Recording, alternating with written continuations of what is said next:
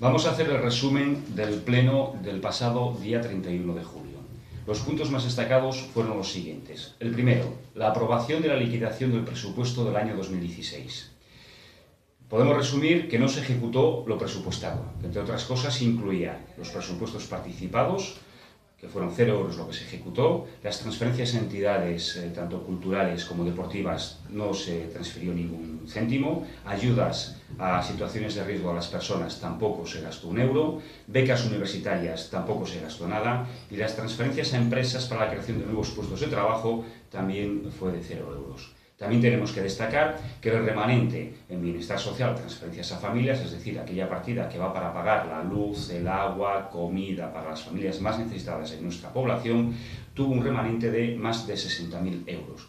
Y eso teniendo en cuenta que Lloret de Mar es la segunda población por la cola en renta per cápita. No pasa escasamente de los 10.000 euros por cabeza de renta anual. ¿Por qué no se ejecutó lo presupuestado? Pues porque este equipo de gobierno, Convergencia, Partido Socialista y Esquerra Republicana, no tienen proyecto de ciudad. El segundo punto a destacar es la modificación del crédito del presupuesto del 2017.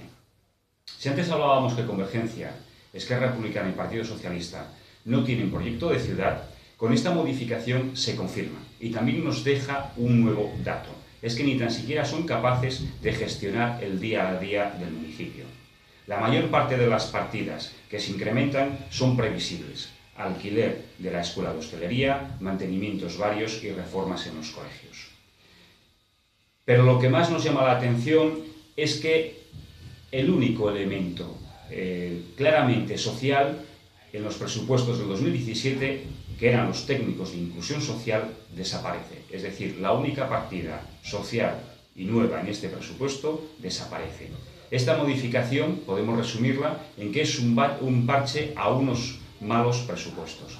Y el último punto fue el convenio con la policía local.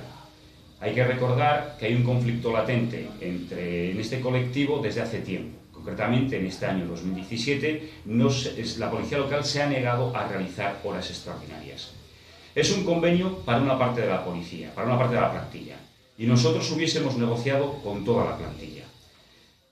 Se sube la categoría laboral y con ello hay una subida de salarios. ¿Cómo se realiza esta subida salarial? Pues aumentando los puntos en los diferentes baremos, por la peligrosidad, por la responsabilidad, por la penosidad.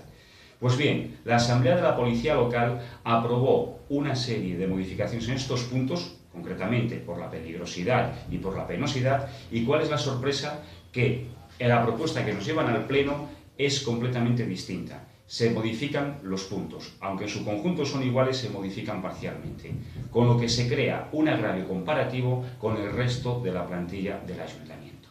Nosotros nos abstuvimos en este tema porque creemos que una mejora salarial y de condiciones de trabajo de la policía es buena por ser trabajadores, pero también creemos que el resto de la plantilla del Ayuntamiento merece también una subida salarial y unas mejores condiciones laborales.